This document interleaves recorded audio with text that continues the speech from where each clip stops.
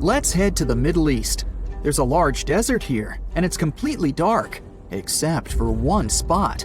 It's a big circle that glows with a bright orange light, the Darvaza crater, and it's just a giant gas burner.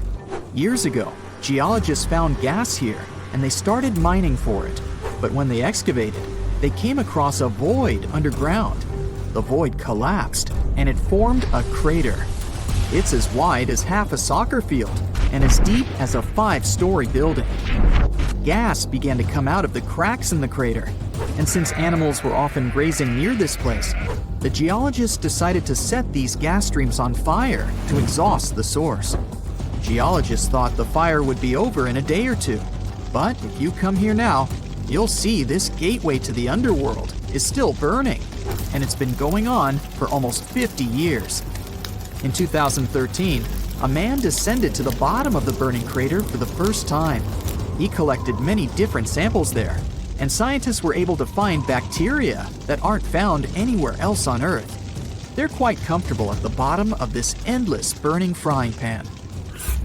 In 2009, a man in L'Aquila, Italy, saw flickering lights dancing above the stone street. He immediately knew what to do and moved his family to a safer place. Only seconds later, a massive 8.3 magnitude earthquake hit the whole region.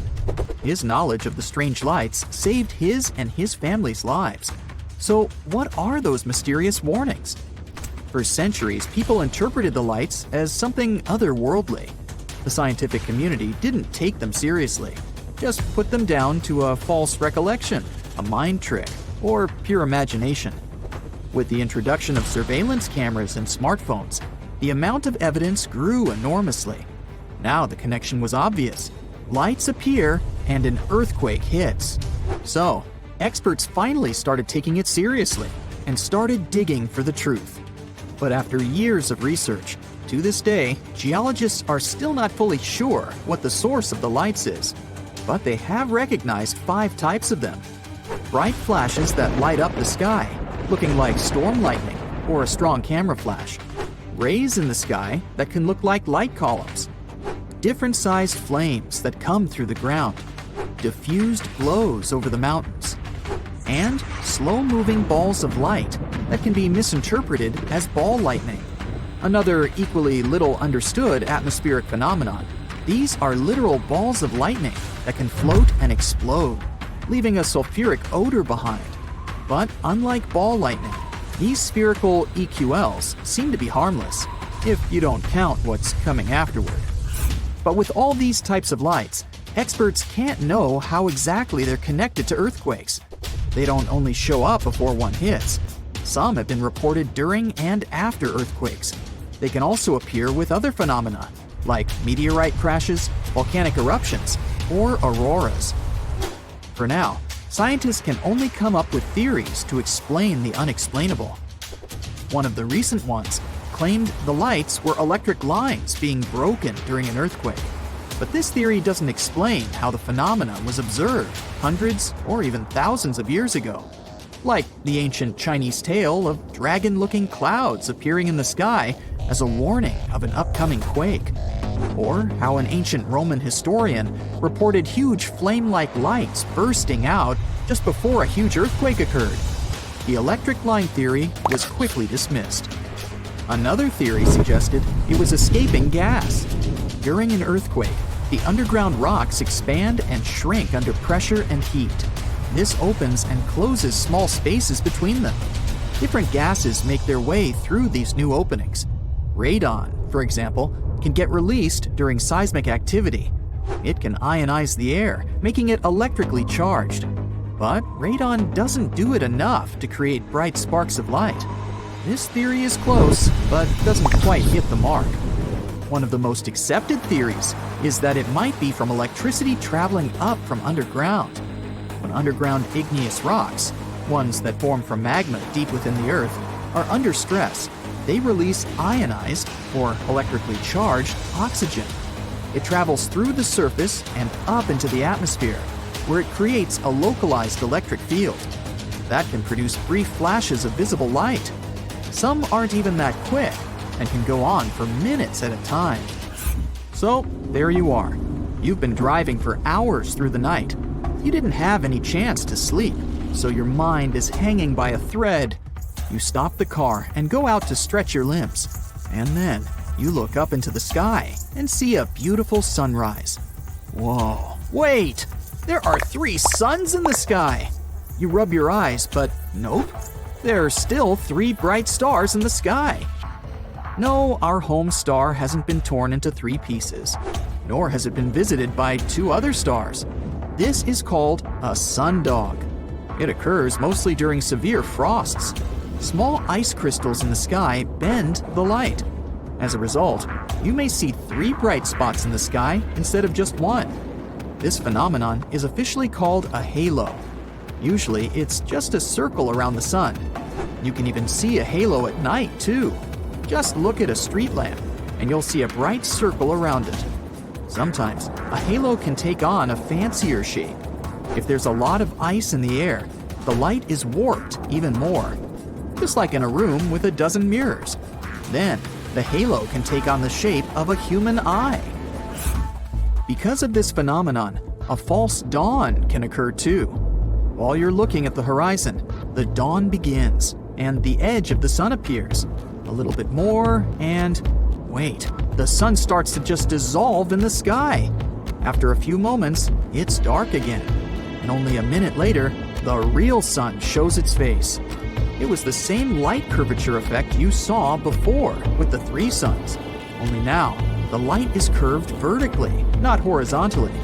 And instead of the real sun, its reflection in ice crystals in the sky appeared.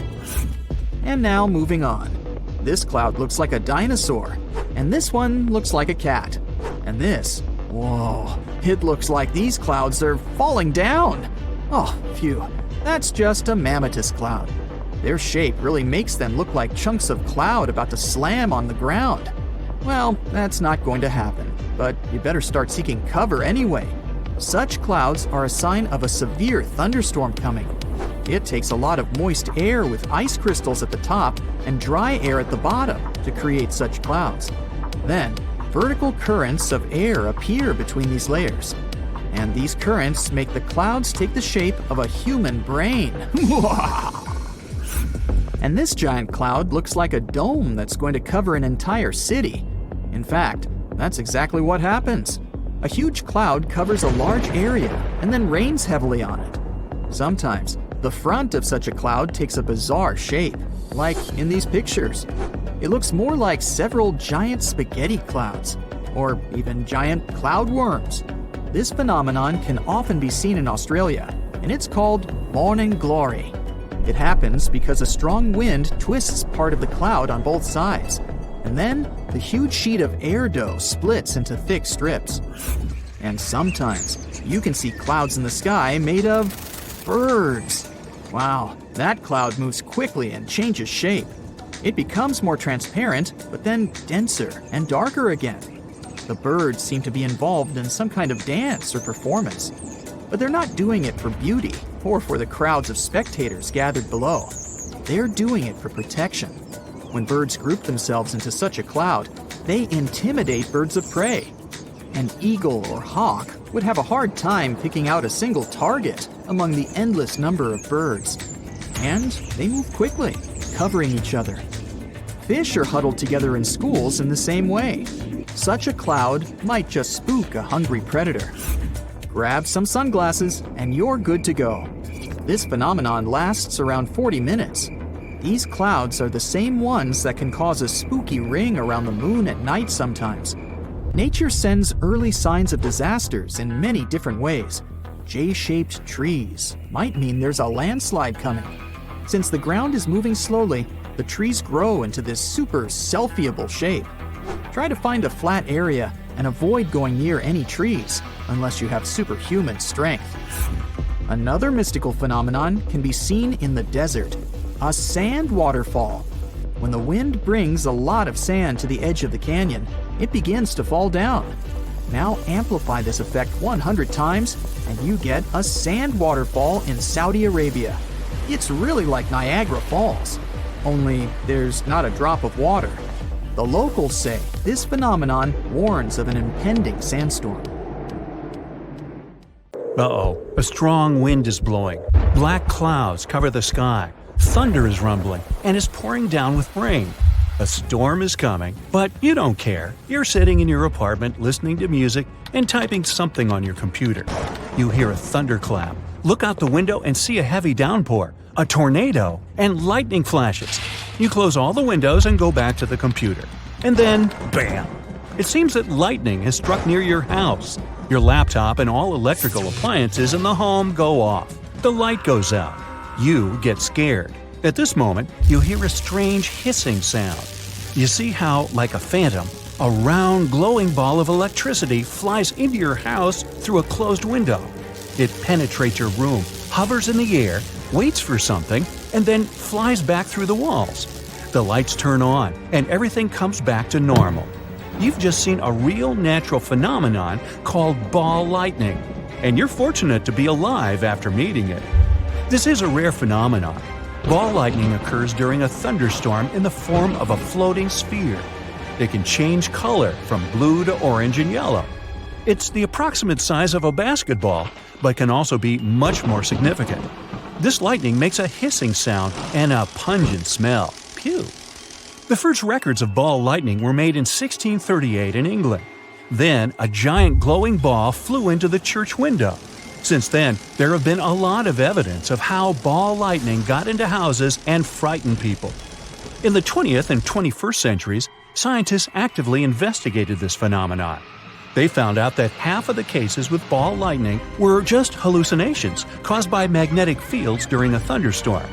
But they couldn't wholly refute the fact of the existence of ball lightning. They agreed that this phenomenon existed, and once they even managed to record it. The phenomenon of ball lightning was caught in China. Researchers studied the behavior of thunderstorms in 2012 using video cameras and spectrometers. They saw an unusual lightning strike, after which the ball appeared. It flew horizontally about 33 feet and disappeared. The spectrometer showed that the ball consisted of silicon, iron, and calcium. If it's real, then what is its nature? There are several theories. Perhaps the ball lightning occurs as a result of a lightning strike on the ground. Oxygen and evaporated elements from the soil create a reaction in the form of a round clot of energy. This explains why the spectrometer in 2012 recorded the same calcium in the ball lightning as in the ground. Another theory says that glass can generate these balls. Atmospheric ions accumulate on the glass surface and create an electric field. Together with a lightning strike, this field turns into ball lightning. That's why there's so much evidence that the sphere flies into the building through the window. In 2016, scientists pointed out that a lightning strike on the ground created microwave radiation that can form into a plasma bubble. This floating electric plasma takes a round shape and hovers in the air for a few seconds. Earthquakes can cause ball lightning too. During ground tremors, flashes of light appear from the depths of the crust. It's like lightning that comes not from the sky, but from the ground. Some of these lights may look like floating blue spheres. In 2014, scientists studied earthquake lights and found that some rocks emit electrical discharges during seismic wave impacts. In 2006, researchers at a university in Tel Aviv created a laboratory to study ball lightning. They used microwave radiation to recreate a lightning-like electric charge. In 2018, quantum physicists made a complex synthetic magnetic field similar to ball lightning. Physicists, chemists, meteorologists, and other scientists have conducted research and laboratory experiments many times to understand the nature of this phenomenon. But so far, no one has succeeded. Other glowing balls are less dangerous, but still mysterious. In clear weather, you can see strange glowing lights away from cities, somewhere in a swampy area. Previously, when there was no electricity, people noticed these lights. They thought someone needed help. What if some guy is stuck in the swamp and shines a kerosene lamp to get seen? People went to these lights to help, but fell into the swamp, and the light either flew away or disappeared. Some records speak of several lights at once. They moved quickly and changed their colors. Many believe that these were some kind of mystical creatures that lured people into traps. But over time, scientists managed to uncover the mystery of this phenomenon. Bioluminescent fungi and algae grow in swampy places. Sometimes they glow with blue light and create the illusion of glowing lights from a distance. Also, there's a lot of plant material in the swamps: leaves, grass, mud, clay, and tree branches. These substances decompose rapidly in humid conditions and release methane. As soon as methane contacts air, it ignites. The flame flies over the swamp in the form of a burning ball. Mysterious lights appear not only in swamps. People see them in deserts or mountainous areas. Sometimes it's headlights from cars. In other cases, it's the signal lights of an airplane. But in many cases, the nature of such lights remains unknown. And now, imagine a huge ball the size of a small city. It's like a dome, covers a large area, and protects it from tornadoes and storms. This phenomenon is called the Delco weather bubble and is located in Delaware County, Pennsylvania. That's how it all started. In 1996, one of the strongest snowstorms of the 20th century hit the U.S. East Coast. It was named the Blizzard of 1996. It covered almost all of Pennsylvania, but in the small town of Delaware County, Delco for short, the weather was good. The storm raged around but didn't touch the city. Since that year, the locals have believed that an abnormal weather bubble protects their houses. However, there's no scientific evidence of the existence of this bubble. After the blizzard of 1996, there were several more storms in the area, and forecasters claimed some storms would also cover Delco. But contrary to their forecasts, the weather there was excellent. Strangely, there is no meteorological evidence of this. One of the residents decided to investigate this phenomenon seriously. He followed the weather forecasts, looked at satellite photos, and saw how the black clouds diverged around the city. It rained heavily in the neighboring towns, but not Delco. This seems like convincing proof. And the question remains, should we believe the locals? There's one scientific explanation explaining the nature of this phenomenon. Storms may weaken here thanks to the sea air that accumulates in the Delco area. The street and the city's surrounding area are filled with this humid, cold air. It creates a sort of stabilization of the atmosphere, and when intense storms from the west collide with Delco's air, they lose a significant part of their strength. And it seems as if bad weather just bypasses the city. But there's another explanation, a psychological one. All the known information about the weather bubble came from the stories of residents. They see confirmation of this phenomenon and write about it on social media. Someone said that they'd seen a tornado pass by his house. Others claimed that the bubble had saved them from a downpour. People think that it didn't affect others if there was no trouble with their house. Imagine the TV says that a storm has started in your city. You look out of the window and see a clear sky, no wind and rain. It seems to you that the bubble has saved you again. Although behind you, a few hundred feet from your backyard, a tornado is raging and tearing the roofs off of buildings.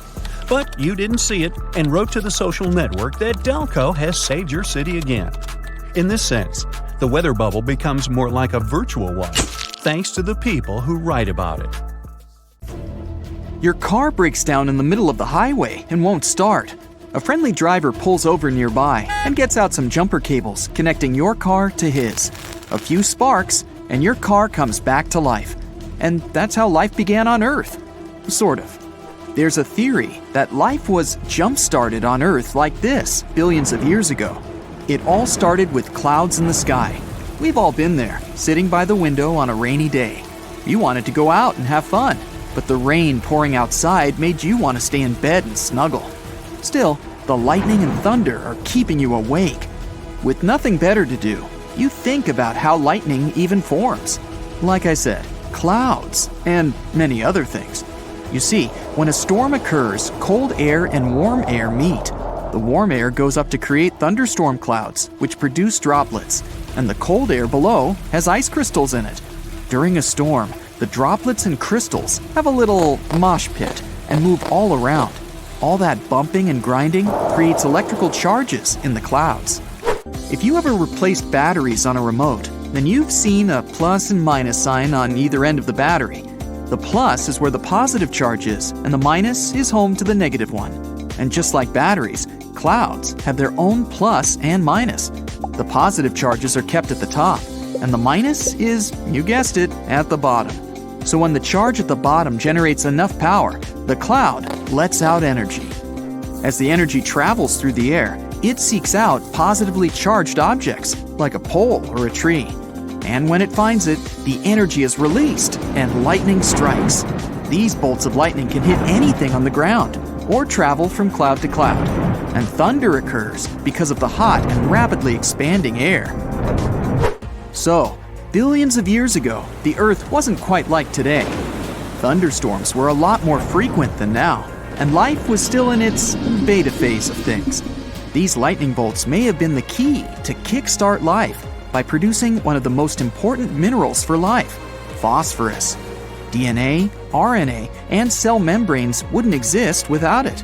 It's essential in all stages of our life, from growth and mobility to reproduction. Everything that makes up who we are is in our DNA, those twirly things with proteins latched onto them. So what do lightning bolts and phosphorus have to do with each other? Does phosphorus flash in the sky whenever a thunderstorm happens? Not really. When lightning strikes the ground, it creates something called fulgurites, or in English, glassy minerals fused in the heat caused by the lightning. And when they appear, they take on the shape of the lightning bolt when it strikes the ground. Some new studies suggest that fulgurites could release phosphorus when dissolved in water. When doing so, phosphorus is able to form biomolecules, which help in forming life. Back then, volcanoes were also pretty big on erupting frequently. So, with ancient hot springs, you'd expect lightning to strike down nearby and produce fulgurites next to those hot sources of water. Scientists were able to estimate that during the early days of Earth, 1 to 5 billion lightning flashes were able to occur. So, in the next billion years or so, we can expect 1 quintillion lightning strikes. Yeah, that's a lot of zeros. With all those flashes and strikes, phosphorus was able to grab its chance to start life when dissolved in water. And of course, not just phosphorus, but a mix of many chemicals and minerals were needed to perfect this recipe. Another theory on how life began on Earth starts all the way in outer space, far away from our little blue planet. Flying through the vastness of space were meteorites. Life on Earth began roughly 4 billion years ago, and these meteorites were busy flying all over the place, with many of them hitting Earth in its earliest shape. Scientists claim these meteorites carried chemicals essential to creating life. Some of those important ingredients were carbon-based compounds, including sugars and amino acids. And they needed wet and dry cycles to bond on a molecular level to finalize the process. So once life was injected into Earth, we got to see the first organisms that were around 3.7 billion years ago. Keep in mind, there wasn't much oxygen floating around or in the water compared to now. But these microscopic organisms, or microbes, left their mark with a certain carbon molecule produced by living things. But life as we know it today wouldn't happen without oxygen, that invisible element that keeps everything alive. So around 2.4 billion years ago, these microbes began changing and became Earth's first photosynthesizers. They made their lunch and dinner using water and the sun rays while releasing oxygen in the process. With many of these new organisms, the rise of oxygen made the environment harsher for microbes, but it was starting to become the baseline for life's groovy track. A new party popped out for those who could dig oxygen. You see, mammals and other organisms have multiple cell types: bone cells, skin cells, muscle cells, you name it. These microbes were single-celled organisms, so with the rise of oxygen, many of these microbes began moving in with other microbes. I don't mean being roommates in a shared apartment. They actually merged with other microbes to become multi-celled organisms. Pretty clever, huh? Fast forward a couple billion years, and we have some of our first animals to ever exist.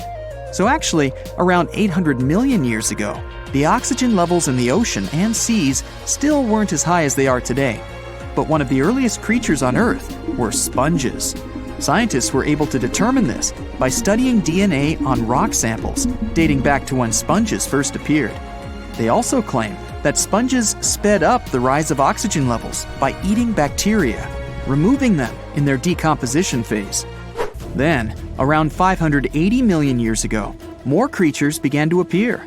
The oxygen levels were starting to be acceptable for life to flourish, and many other bizarre-looking creatures inhabited the ocean floor. Even the oldest kind of jellyfish were around. They looked like tiny aliens from another planet. I wouldn't want to find any of those in my drink. And around 40 million years after the end of that period, many of these strange creatures began to disappear. It was then that scientists were able to find evidence of worm-like creatures that were able to burrow in the ocean floor. This is probably one of the first signs of evolution for survival. Then, around 530 million years ago, evolution cranked it up a notch. There were many new creatures out there with new and never-before-seen body parts. Shells and spines and other body parts allowed some of these new animals to further survive and burrow their way around the ocean floor. And shortly after, a couple of million years, the first true primitive vertebrae appeared in something that looks like an eel. This was the creature with the first backbone. Over the next million years, many of these animals began to form skeleton-based and cartilage bodies. And after much splitting, amphibians appeared, and four-legged animals began to walk the Earth's surface. It's also worth noting that there were many mass extinctions that happened along the way. But in the end, life kept evolving. And with many plants and animals emerging, the landscape was changing in the process. Many natural disasters occurred along with ice ages that froze the land and seas. To add to the overall chaos, plenty of volcanic eruptions and earthquakes continued to change the look and landscape of the Earth. The first primates emerged around 4 million years ago, and ever since then, apes and monkeys began to branch out into their own category until humans eventually came into the picture. By understanding these theories, scientists are able to observe other planets with similar conditions. We could actually witness the birth of life on another planet. Of course, this would take billions of years to happen, but I wouldn't want to miss it. These days, we discover exoplanets that are thousands of light years away. We descend to the ocean's depths and conquer the highest peaks. We study quantum physics and build quantum computers. But for some reason, we still don't know about these strange lights in the night sky. Some of them are still unexplained. Some may turn into unexpected discoveries, and others are large-scale falsifications. Let's start with the most mysterious burning balls. These lights regularly appear near the town of Marfa in West Texas. These basketball-sized lights suddenly appear out of nowhere in the middle of the night. They flicker, split into two parts, and take off into the sky several times a year. For several generations, people have seen blue, white, yellow, and other lights. The existence of these lights is not some legend, but a fact confirmed by scientists, but they still need to explain its nature. A local shepherd first noticed Marfa lights in 1883. At first, he thought that those were the fires that Apaches had made. Neighbors told the shepherd that they had seen the mysterious lights too. They all decided to check the Apache theory, and it turned out to be wrong.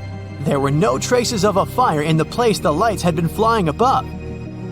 Then, in the 40s, pilots of the nearest Midland airfield saw the Marfa lights. They also wanted to figure out the secret of this phenomenon, but didn't find out anything. More and more people saw the bizarre lights. Many of them were sure that the lights had been some ships of an extraterrestrial civilization. Others said those were the souls of wandering spirits. But scientific theories seemed much more realistic. A group of physics students conducted their own investigation and found out that the lights were the headlights of cars passing on the nearest highway. Okay, some lights do look like headlights, but what about those that take off into the sky and change their colors? It may be an optical illusion that occurs when a layer of cold air presses on a warm one. You can observe the same visual effect in the ocean, when it seems to you that a ship is floating in the air on the horizon. But if these lights are headlights and an optical illusion, why do people see them only a few times a year? Another version of the light's origin suggests that they're something like swamp lights. You can see mysterious bright balls rising into the sky in the middle of the night. Organic substances such as twigs, leaves, and fallen trees decompose in wet areas and emit phosphine and methane gases. When these substances come into contact with oxygen, they ignite, but there are no such wet places in West Texas. Where could this gas come from? There are a lot of oil and natural gas reserves in the bowels of this region, and all these substances can contain phosphine and methane. It sounds realistic, but scientists have not confirmed this version yet. Aerospace engineer James Bunnell explained the nature of Marfa lights by an unusual electric charge. Solid substances such as minerals and various crystals generate electricity under pressure, and this underground energy bursts out in the form of multicolored lights. But the scientist couldn't prove his theory. Marfa lights are still a mystery. Perhaps you can solve it. Other lights surprise people in Norway in the city of Hessdalen. Hessdalen lights, unlike other similar phenomena, can often appear in the night sky. And of course, people have recorded them on camera many times. From 1981 to 1984, Hessdalen lights appeared 10 to 20 times a week. Now, people observe them from 10 to 20 times a year. These giant balls float in the air, pulsate, flash, and move very fast. Also, the balls can hang in the air from a few seconds to several hours. Even though people recorded them on camera many times, scientists still cannot study them. Hessdalen lights are very bright, and if people understand their nature, they can create light sources using this unknown alternative energy. So far, there are several theories about these lights. Physicists suggest that the balls appear when clouds of dust containing scandium burn in the air. It's a light silver-colored metal. There are many deposits of this substance in the valley where people observe Hessdalen lights. Another theory says that the balls are the result of the accumulation of macroscopic crystals in the dust plasma. This plasma is formed when air is ionized and blah blah blah. In short, this is a complex scientific hypothesis that hasn't been confirmed. Scientists need a lot of funding to study Hessdalen lights. Researchers try to attract investors by saying that the mechanism of Hessdalen lights can encourage a technological leap in light-based technologies. Some of the most famous lights in the world appeared in Phoenix, Arizona in 1997. Tens of thousands of people saw two strange phenomena that day. The first was a giant flying triangle. At about 8 p.m., several lights appeared in the sky, lined up in a triangle. They flew in an even formation through Phoenix and disappeared far into the sky. The second phenomenon started about 2 hours later. People noticed lights hovering in the sky. They didn't form a triangle and moved freely. They burned with a bright light, flew in different directions, and disappeared behind a mountain range southwest of Phoenix. People were scared. They called the police and reported strange lights. Many were sure that those were ships of an extraterrestrial civilization. But the explanation soon appeared. Both incidents were the result of aircraft exercises. In the first case, people saw several planes lined up in a triangle. They flew over Phoenix and landed at an air base nearby. In the second case, exercises were held using lighting rockets. Several planes dropped glowing rockets, which were landing on tiny parachutes for a long time. They burned in the air and then disappeared behind a mountain range. Quite a logical explanation, but then, almost 10 years later, something strange happened again.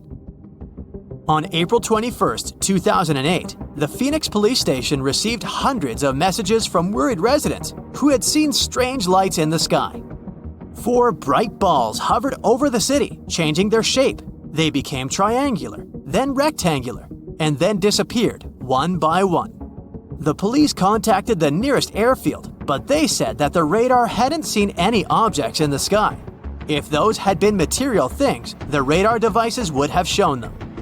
The police had no explanation.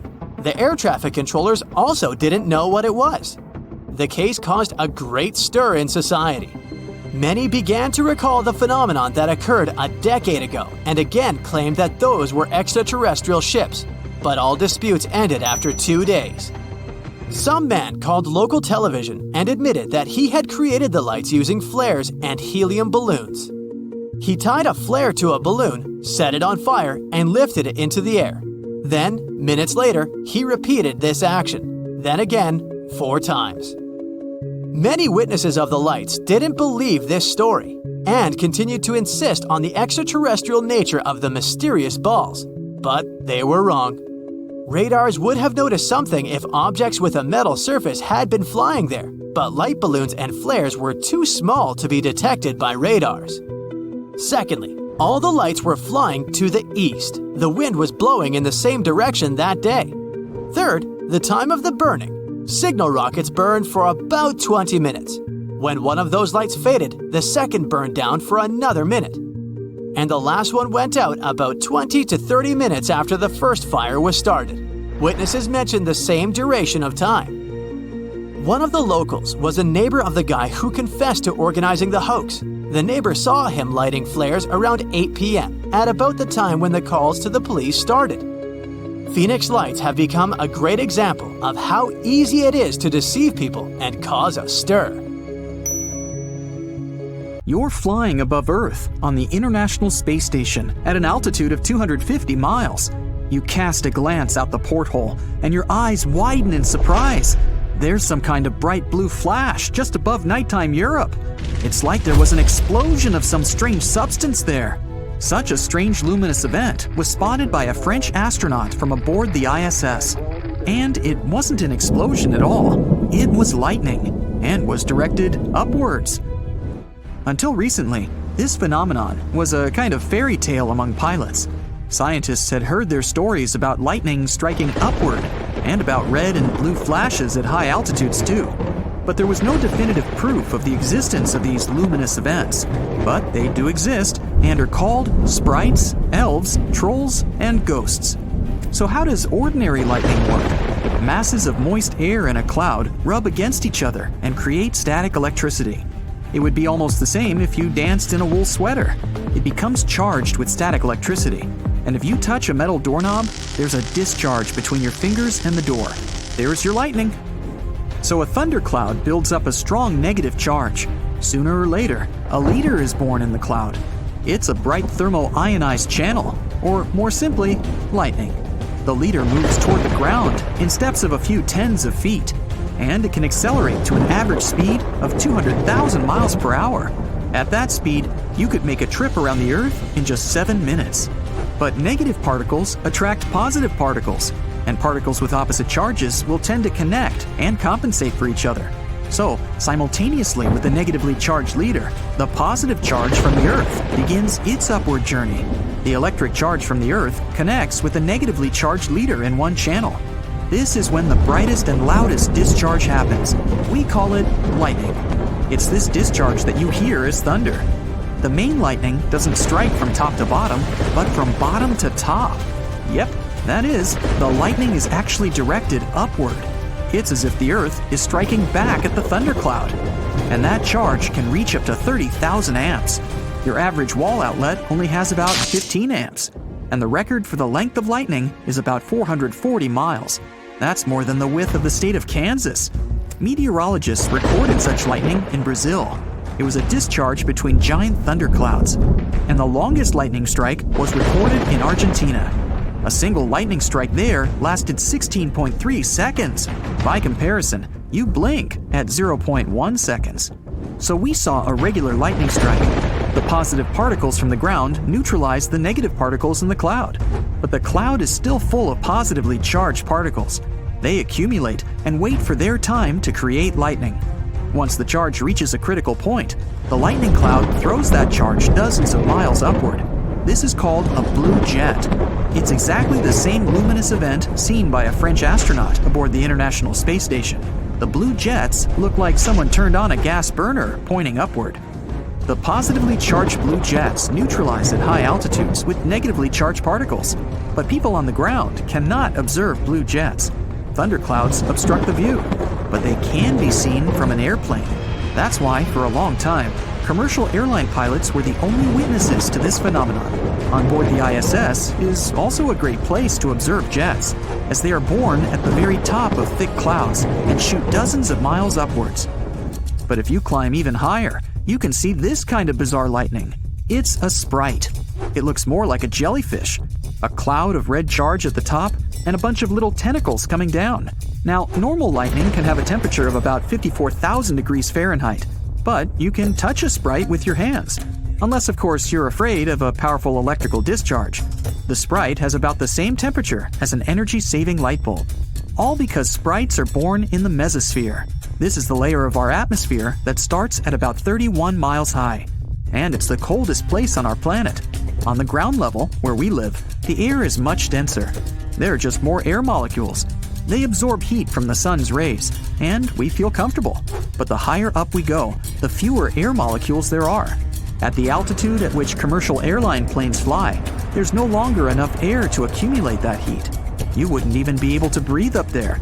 That's why every airplane has oxygen masks for emergencies, and the temperature here is even colder than at the South Pole. In the mesosphere, there's almost no air, and the temperature here can be around negative 202 degrees Fahrenheit. And although the temperature of the lightning itself is high, in general, it's like if you poured a glass of boiling water into a huge barrel of cold water. The temperature won't change much. Sprites can only appear when paired with thunderclouds below. As a discharge occurs in a cloud, a sprite appears in the mesosphere. It tries to equalize the amount of charge in the atmosphere. So it's like these red flashes of lightning are trying to reach down to the thunderstorm. And a sprite itself can be as wide as the state of Massachusetts. And then there's a ghost. It can appear for the tiniest fraction of a second right after the sprite. It's a faint green glow, like an aurora. They were first discovered in 2014, and official confirmation by the scientific community only appeared in 2019. They're still poorly understood, but there's a hypothesis that ghosts have something in common with auroras. At least their color is green, and it may arise due to excited oxygen atoms. Sometimes we can spot trolls along with sprites. They look like pillars that support a sprite. It's a red glow at the end of the sprite's tentacles. The next moment, the troll releases a red streak down from itself. And if we climb even higher, we can see the elves. They only appear for 1 millisecond. It's a dim, flat glow that appears during thunderstorms in the ionosphere at an altitude of about 62 miles above sea level. Elves can be as wide as the distance between New York and Washington, D.C. Elves were first discovered during space shuttle flights in 1990. And these are pixies. They weren't discovered until 2000. Scientists observed bright, brief, luminous events for 20 minutes. Although they look like lightning striking inside a cloud, they have nothing to do with them. Pixies are smaller than 100 meters, which is about 330 feet. We shouldn't forget that any lightning is extremely dangerous for humans, and if you're caught in a severe thunderstorm, you need to leave its epicenter immediately. You can determine how far you are from the epicenter easily. The speed of light is much faster than the speed of sound. So, when lightning strikes, it takes a couple of seconds until you hear the thunder. So, you need to measure that interval. Lightning! Now count the seconds. Every second of thunder delay after lightning is about 1,150 feet. That's the distance a wave of sound travels in 1 second. So if the thunder delay after a lightning strike is 5 seconds, you're about 1 mile from the lightning. You can also tell if there will be a thunderstorm by the smell. The air before a thunderstorm seems unusually fresh. This is because the air currents bring in ozone molecules from the upper atmosphere. The same ozone protects us from harmful ultraviolet rays and transfers heat from the sun to the atmosphere. What we use to breathe is the oxygen of 2 atoms. Add 1 more and you get ozone. Ultraviolet light breaks down the 2 oxygen atoms and is absorbed by them. These broken atoms are then attached to the normal double oxygen atoms. When an ultraviolet beam strikes an ozone molecule, it knocks 1 oxygen atom out of the chain again. But ozone tends to regenerate, so the lost oxygen is reattached to other double atoms. But the ozone layer began getting damaged when humanity started emitting harmful gas into the atmosphere. Freon is to blame. It's the gas we were using in old refrigerators. The freon molecule contains harmful chlorine atoms. Ultraviolet rays knock this atom out of the molecule. Then that chlorine atom steals one oxygen atom from ozone, and we have a double oxygen molecule that can't regenerate and save us from the harmful ultraviolet rays. This causes a hole to appear in the ozone layer. The most famous ozone hole was over Antarctica, but when humanity banned the use of harmful chemicals, this hole began to recover. It's not that the hole will close completely, it will just return to the way it was before. Uh-oh, a strong wind is blowing. Black clouds cover the sky. Thunder is rumbling and is pouring down with rain. A storm is coming, but you don't care. You're sitting in your apartment listening to music and typing something on your computer. You hear a thunderclap. Look out the window and see a heavy downpour, a tornado, and lightning flashes. You close all the windows and go back to the computer. And then, bam! It seems that lightning has struck near your house. Your laptop and all electrical appliances in the home go off. The light goes out. You get scared. At this moment, you hear a strange hissing sound. You see how, like a phantom, a round glowing ball of electricity flies into your house through a closed window. It penetrates your room, hovers in the air, waits for something, and then flies back through the walls. The lights turn on, and everything comes back to normal. You've just seen a real natural phenomenon called ball lightning, and you're fortunate to be alive after meeting it. This is a rare phenomenon. Ball lightning occurs during a thunderstorm in the form of a floating sphere. It can change color from blue to orange and yellow. It's the approximate size of a basketball, but can also be much more significant. This lightning makes a hissing sound and a pungent smell. Phew! The first records of ball lightning were made in 1638 in England. Then, a giant glowing ball flew into the church window. Since then, there have been a lot of evidence of how ball lightning got into houses and frightened people. In the 20th and 21st centuries, scientists actively investigated this phenomenon. They found out that half of the cases with ball lightning were just hallucinations caused by magnetic fields during a thunderstorm. But they couldn't wholly refute the fact of the existence of ball lightning. They agreed that this phenomenon existed, and once they even managed to record it. The phenomenon of ball lightning was caught in China. Researchers studied the behavior of thunderstorms in 2012 using video cameras and spectrometers. They saw an unusual lightning strike, after which the ball appeared. It flew horizontally about 33 feet and disappeared. The spectrometer showed that the ball consisted of silicon, iron, and calcium. If it's real, then what is its nature? There are several theories. Perhaps the ball lightning occurs as a result of a lightning strike on the ground. Oxygen and evaporated elements from the soil create a reaction in the form of a round clot of energy. This explains why the spectrometer in 2012 recorded the same calcium in the ball lightning as in the ground. Another theory says that glass can generate these balls. Atmospheric ions accumulate on the glass surface and create an electric field. Together with a lightning strike, this field turns into ball lightning. That's why there's so much evidence that the sphere flies into the building through the window. In 2016, scientists pointed out that a lightning strike on the ground created microwave radiation that can form into a plasma bubble. This floating electric plasma takes a round shape and hovers in the air for a few seconds. Earthquakes can cause ball lightning too. During ground tremors, flashes of light appear from the depths of the crust. It's like lightning that comes not from the sky, but from the ground. Some of these lights may look like floating blue spheres. In 2014, scientists studied earthquake lights and found that some rocks emit electrical discharges during seismic wave impacts. In 2006, researchers at a university in Tel Aviv created a laboratory to study ball lightning. They used microwave radiation to recreate a lightning-like electric charge. In 2018, quantum physicists made a complex synthetic magnetic field similar to ball lightning. Physicists, chemists, meteorologists, and other scientists have conducted research and laboratory experiments many times to understand the nature of this phenomenon. But so far, no one has succeeded. Other glowing balls are less dangerous, but still mysterious. In clear weather, you can see strange glowing lights away from cities, somewhere in a swampy area. Previously, when there was no electricity, people noticed these lights. They thought someone needed help.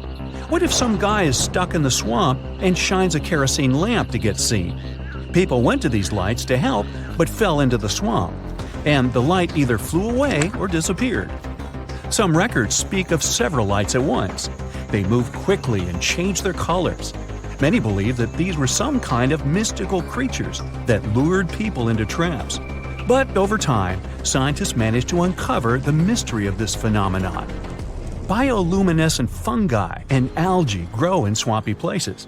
Sometimes they glow with blue light and create the illusion of glowing lights from a distance. Also, there's a lot of plant material in the swamps: leaves, grass, mud, clay, and tree branches. These substances decompose rapidly in humid conditions and release methane. As soon as methane contacts air, it ignites. The flame flies over the swamp in the form of a burning ball. Mysterious lights appear not only in swamps. People see them in deserts or mountainous areas.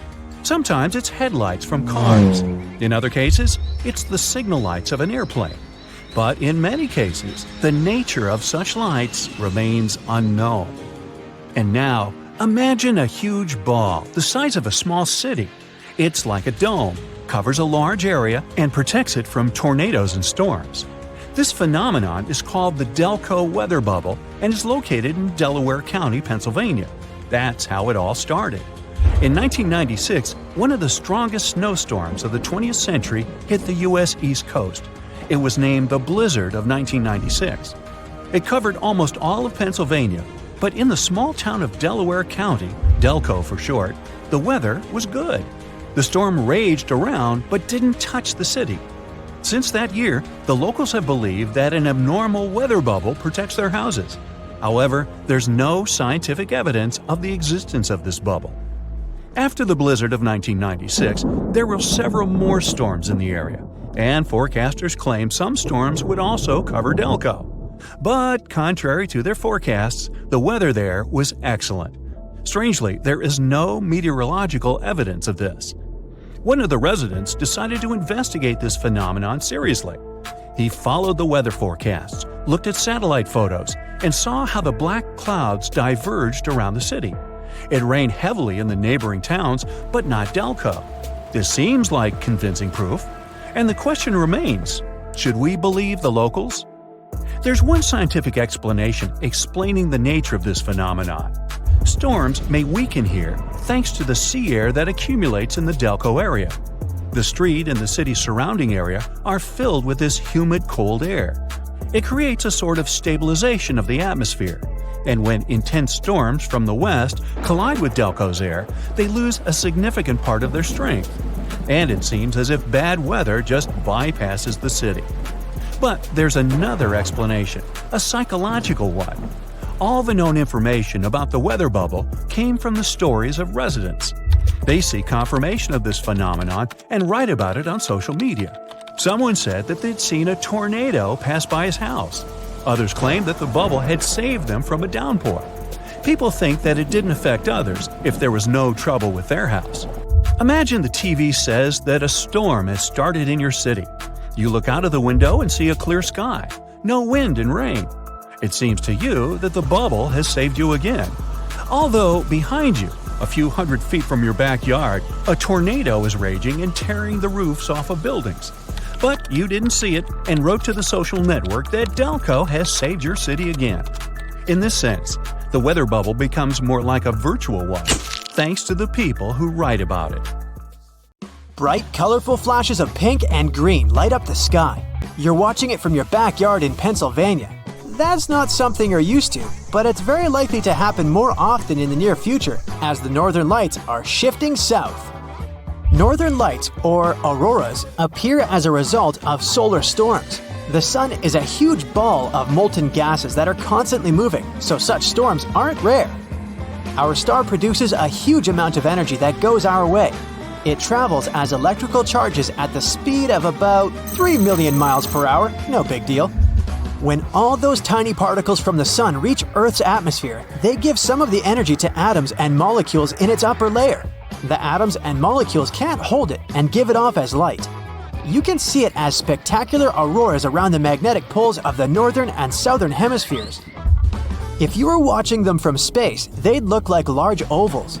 The brightness, colors, and shapes auroras take depend on the altitude where the lights are formed and what particles take part in the process.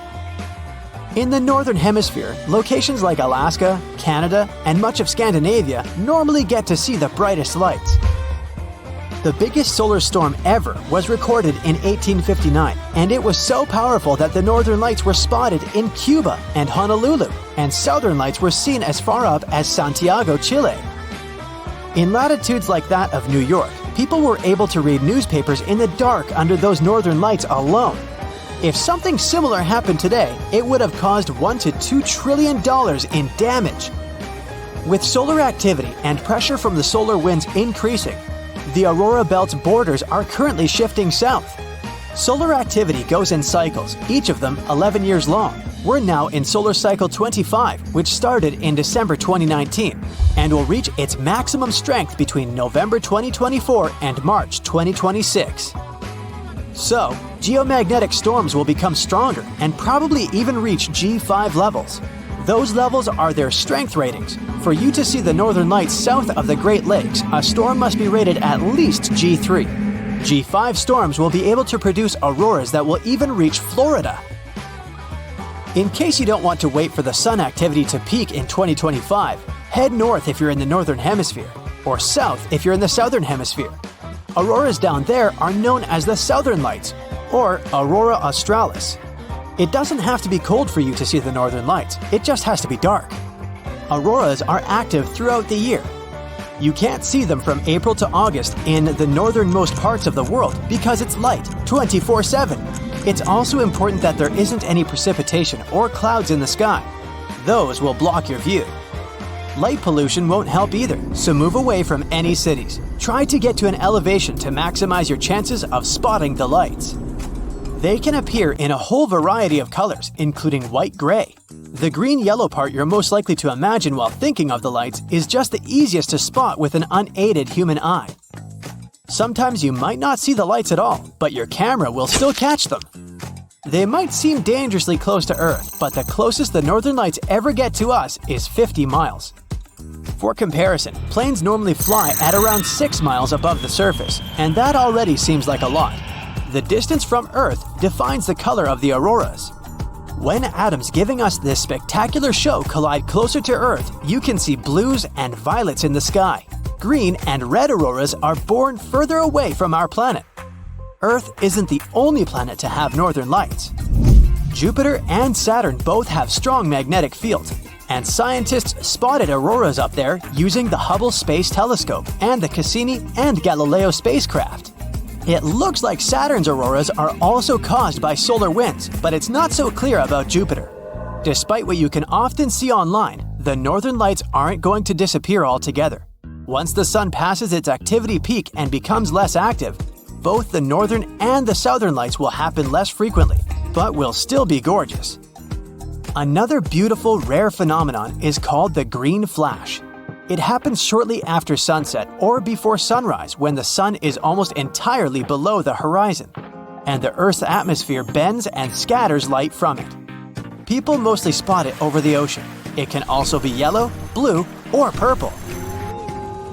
About once a year, you can spot a rare firenado in the US. Fire tornadoes start when a strong wind picks up heat from a fire. They are made of a flame or ash. They're different from regular tornadoes because they don't start from cyclones. Firenadoes are about as tall as the Leaning Tower of Pisa. Unlike firenadoes, fire rainbows or rainbow clouds don't cause any damage at all as they don't have anything to do with fire. You can only see them when the sun is very high in the sky, and its light is passing through ice clouds, so they're pretty rare. The rainbow halos are just as unique. Again, it takes a specific type of ice crystals in the clouds of the surface of the Earth to bend light from the sun into a perfect ring. The same thing can happen with moonlight. The only difference will be that the moon halos are usually white, and sun halos can be rainbow colored. A white rainbow is another rare illusion, this time created by fog and water. Like a usual rainbow, it's formed when light is shining through droplets of water.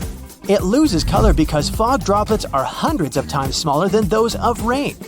A white rainbow is sometimes mistaken for a moonbow.